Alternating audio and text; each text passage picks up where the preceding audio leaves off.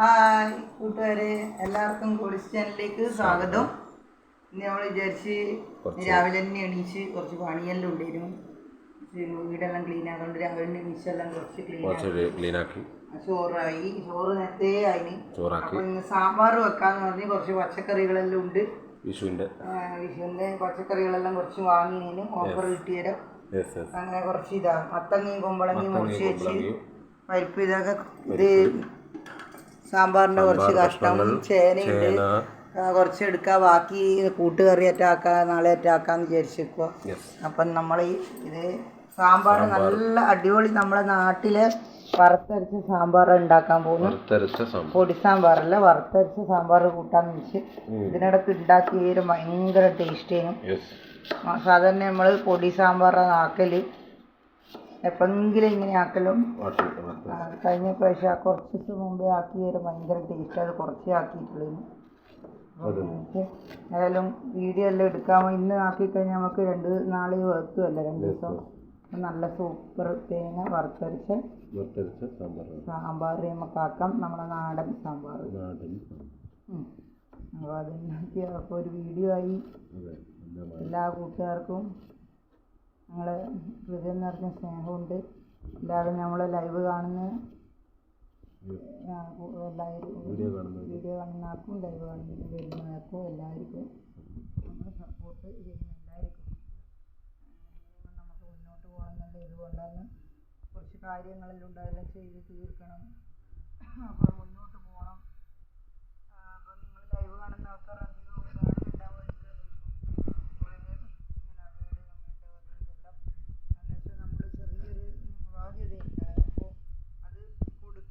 കൊടുക്കാനായിട്ടില്ല, നമ്മളെ കയ്യിൽ ഇപ്പോൾ ഇല്ലാത്തതുകൊണ്ട് അത് ചെയ്യാന്ന് പറഞ്ഞാൽ അത് കുറച്ച് നമ്മളിങ്ങനെ അപമാനിക്കുന്നു. എന്ന് വെച്ചാൽ ഇന്നലെ കണ്ടായിരുന്നല്ലോ, ഇന്നലെ ലൈവ് കണ്ടായിരിക്കും ഒരിക്കൽ. ഇന്നലെ ഒരു പേര് അതിലുണ്ട്, നിനക്കെന്നാ ഉള്ളേ എന്നൊക്കെ ചോദിച്ചു. അവരടുത്ത് കോടികളുണ്ട് പോലും. നിനക്കെന്നാ ഉള്ളേന്ന്. എനക്കൊന്നും വേണമെന്ന് ഞാൻ ആഗ്രഹിക്കുന്നില്ല. ദൈവം സഹായിച്ചിട്ട് ഭർത്താവിന് ജോലിയുണ്ട്, ഭർത്താവിനൊരു വീടുണ്ട്, അവിടെ നിൽക്കുന്നു. ഇപ്പം എനിക്ക് ഭർത്താവുണ്ട്, അത് മതി. ഭർത്താവിന് ദീർഘായുസ്സും ആരോഗ്യം കൊടുക്കണേ, നമുക്കും ദീർഘായുസ്സും ആരോഗ്യം തരണേ, ഒരു അസുഖവും ഇല്ലാണ്ട് മുന്നോട്ട് പോകണേ. ഈ കോടികൾ ഉണ്ടായാലും കോടികളെ കൊണ്ടൊന്നും നമ്മൾ കൊണ്ടുപോകില്ല. ഇതെല്ലാം ഇവിടെ തന്നെ ഇടേണ്ടതാണ്. അപ്പം ഈ പൈസയും സ്വത്തും പൈസയെല്ലാം ഉള്ള ആൾ അഹങ്കരിക്കുന്ന ആൾക്കാരോട് ഒന്നേ പറയാനുള്ളൂ, ഇല്ല നിങ്ങൾ ഉണ്ടെങ്കിൽ നിങ്ങൾ അവിടെ വെച്ചോ, നിങ്ങളെ സന്തോഷമായിട്ട് നിങ്ങൾ ജീവിക്കും, എല്ലാ ഐശ്വര്യം നിങ്ങൾക്ക് ദൈവം തരട്ടേന്ന് വിചാരിക്കും. പക്ഷെ ഇല്ലാത്ത പാവപ്പെട്ട ആളാണ് നിങ്ങളിങ്ങനെ വന്ന് നിങ്ങളിങ്ങനെ ഇതാക്കി കഴിഞ്ഞതിനെ കൊണ്ട് ഒന്നുമില്ല. ദൈവം എന്ന് പറയുന്ന ഒരു തമ്പുരാൻ മേലെയുണ്ട്. ആ തമ്പുരാൻ എന്താ വിചാരിക്കുന്ന പോലെ നടക്കും. നിങ്ങളിപ്പം ഇന്ന് നിങ്ങൾ കോടീശ്വരനായിരിക്കും, നാളെ നിങ്ങൾ പിച്ചക്കാരനാകാൻ കുറേ സമയമൊന്നും വേണ്ട. അതെല്ലാം ദൈവത്തിൻ്റെ കൈമേലാണ്. അതുകൊണ്ട് ഇങ്ങനെ വന്ന് അപമാനിക്കുന്നതെന്നല്ലേ, സ്വയം ദൈവത്തോട് പ്രാർത്ഥിക്കും. ഒന്നുമില്ലാണ്ട് നല്ല രീതിയിൽ മുന്നോട്ട് പോകണമെന്ന് ചിന്തിക്കുക, അസുഖമൊന്നും ഇല്ലാണ്ടും ഇതാക്കാണ്ടും. അത്രയേ പറയാനുള്ളൂ. നിങ്ങൾക്ക് എന്തെങ്കിലും നേട്ടം ഉണ്ടാവും, അതുകൊണ്ടായിരിക്കും നിങ്ങളിങ്ങനെ വന്ന് പറയുന്നുണ്ടാവുക. നല്ല അറിയുന്ന ഒരു വ്യക്തിയും എന്നെക്കൊണ്ടിങ്ങനെ പറയൂല. കുറച്ച് നരമ്പ് രോഗികൾ ഇവരെല്ലാം ഉണ്ട്, അതിന് കുറച്ച് സ്ത്രീകളുണ്ട്, അവരെ ഇങ്ങനെ പറയും. അത് നമുക്ക് വിഷമമൊന്നുമില്ല. എന്ന് വെച്ചാൽ നമുക്ക് ദൈവത്തിൻ്റെ പ്രാർത്ഥിക്കുന്ന ദൈവമേ എല്ലാം ഒന്നും ശരിയാണ്, നമ്മളാരെയും പറ്റിച്ചിട്ടില്ല, രക്ഷിച്ചിട്ടില്ല, ആരും പിടിച്ചു പറിച്ചില്ല. ജീവിതത്തിലുള്ളതെല്ലാം നമ്മൾ വിട്ട് കൊടുത്തിട്ടേ ഉള്ളൂ. സ്വന്തത്തിൽ നമുക്ക് അവകാശപ്പെട്ടതെല്ലാം പിടിച്ചു പറിച്ചിട്ട് നമ്മൾ വിട്ട് കൊടുത്തിട്ടേ ഉള്ളൂ.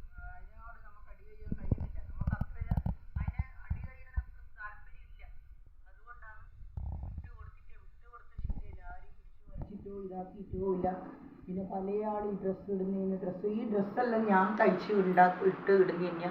ഞാൻ കുറേ നോർത്തിലുണ്ടായി എല്ലാവരോടും പറഞ്ഞായിരുന്നു, നോർത്തിലുണ്ടായി ചെറിയ ചെറിയ പൈസക്കെല്ലാം കിട്ടുന്ന സാരി ആയാലും അങ്ങനെ ആയാലും ഡ്രസ്സ് വാങ്ങി. പിന്നെ നാട്ടിലായാലും ഞാൻ ടൈലറിങ് ജോലി എടുക്കുമ്പോൾ ഞാൻ ഈ ഹോൾസെയിലായിട്ട് സാധനങ്ങൾ മാക്സിൻ്റെ തുണിയും വാങ്ങി എല്ലാം തുന്നും. അങ്ങനെയുള്ള ജോലി രാവും പകലും ഞാൻ ജോലി എടുത്തിട്ടാണ് ഞാൻ ജീവിച്ചത്. അല്ലാണ്ട് മറ്റുള്ള ആളെ പിടിച്ചു പറിച്ചിട്ടോ മറ്റുള്ള ആളെ ഇതാക്കിയിട്ടോ ഒന്നുമില്ല. എനിക്ക് അവകാശപ്പെട്ടത് തന്നെ ഞാൻ വിട്ടുകൊടുത്തിട്ടേ ഉള്ളൂ. നിങ്ങൾക്കറിയാലോ, സ്വന്തം ബന്ധമല്ല, പണവും പൈസയും ഉണ്ടാകുമ്പേ സ്വന്തവും ബന്ധവും ഉണ്ടാകും. നമ്മളൊന്ന് വീണ് പോയാലോ, നമ്മളടുത്തൊരു 10 പൈസ ഇല്ലാത്തവരോ ഈ സ്വന്തത്തിൻ്റെയും പിന്നെ സ്വന്തത്തിനും ബന്ധത്തിൻ്റെ വില അന്നറിയാൻ പറ്റും. നിങ്ങൾ ഈ ലൈവിലും വന്നിട്ട് എനിക്ക് സ്വന്തവും ബന്ധവും ഉണ്ടാവും. ഒരു കാലം സ്വന്തവും ബന്ധവും എല്ലാവരും ഉണ്ടായിട്ടുണ്ട്. എല്ലാവരും ചോദിച്ചാൽ നീ എപ്പാ നാട്ടിൽ വരുന്നത്, നീ അത് കൊണ്ടുവരണം, ഇത് കൊണ്ടുവരണം, ആ സാരി കൊണ്ടുവരണം, ഈ സാരി കൊണ്ടുവരണം, ആ സാധനം വേണം, മനസ്സ് നിറഞ്ഞ് എല്ലാവർക്കും കൊടുത്തിട്ടുണ്ട്, എല്ലാവർക്കും. പക്ഷെ നമ്മളറിയില്ല, നമുക്ക് ഒരു സമയം നമ്മളെ കൈമേൽ പൈസയൊന്നും ഇല്ലാത്ത സമയത്ത് ഈ കുടുംബം തന്നെ നമ്മളെ ചവിട്ടി വരച്ചാളെന്ന് നമ്മളറിയില്ല. അതിലൊന്നും ദുഃഖമില്ല, അതിലൊന്നും പോട്ടെ, അവർക്ക് പൈസ ഇല്ലേ. പക്ഷെ കുടുംബം എന്ന് പറഞ്ഞു കഴിഞ്ഞാൽ, ശരിയായൊരു കുടുംബം എന്ന് പറഞ്ഞാൽ എല്ലാ സമയത്തും ഇല്ലാത്ത സമയത്തും അവർക്ക് തരാനോ സഹായിക്കാനോ പറ്റിയിട്ടില്ലെങ്കിൽ ഒരു വാക്ക് കൊണ്ടെങ്കിലും നമ്മൾ സന്തോഷം എല്ലാം ശരിയാണ്, നീ സമാധാനിക്കുമെന്ന് പറയുന്നതാണ് ഒരു കുടുംബം. അല്ലാണ്ട് ഉള്ള സമയത്ത് നമ്മുടെ അടുത്ത് നല്ല വാങ്ങി വെച്ച് അവരെ കാര്യം ചെയ്തിട്ട് ഇല്ലാത്ത സമയത്ത് നീ ഉള്ളൂല മറ്റുള്ള ആൾക്കാരൊപ്പരം കൂടിയിട്ട് നമ്മളെ ദ്രോഹിക്കുക എന്ന് പറയുമ്പോൾ അത് ശരിയല്ല, അത് ശരിയായ പണിയല്ല.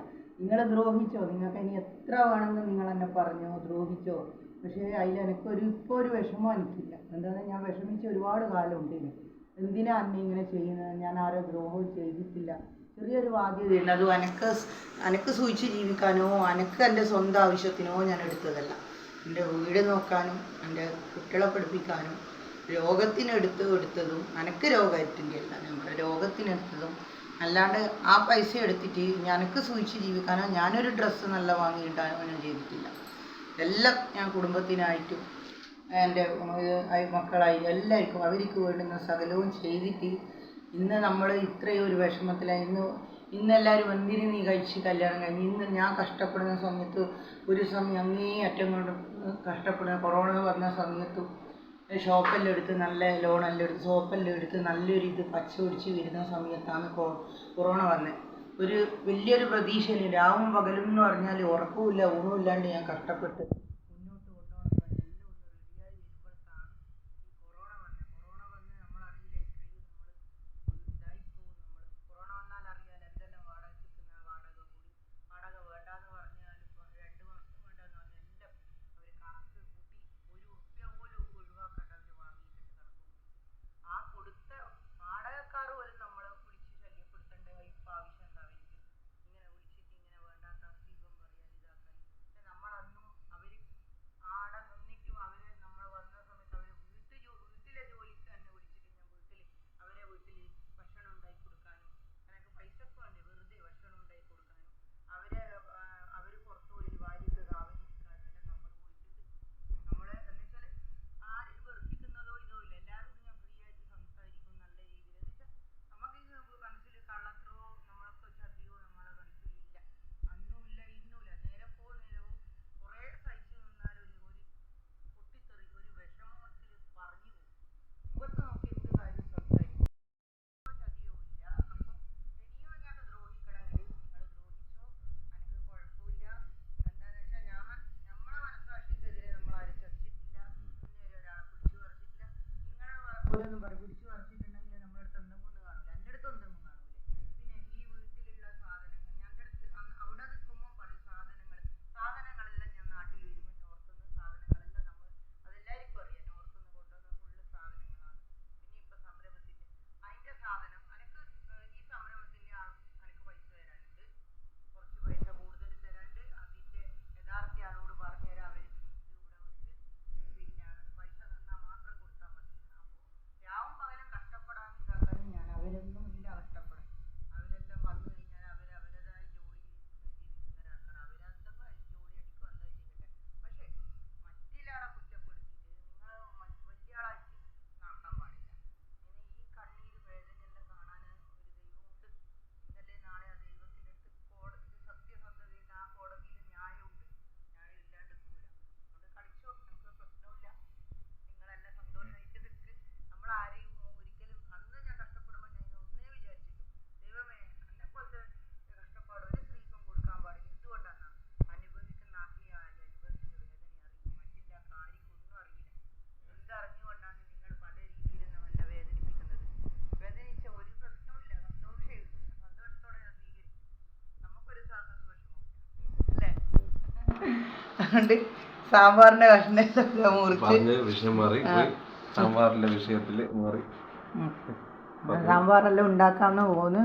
അപ്പോൾ സാമ്പാറെല്ലാം ഉണ്ടാക്കി അടിപൊളിയായിട്ട് സാമ്പാറെല്ലാം ഉണ്ടാക്കി നമ്മൾ ഭക്ഷണം കഴിക്കുമ്പോൾ വീഡിയോ ഇടാം.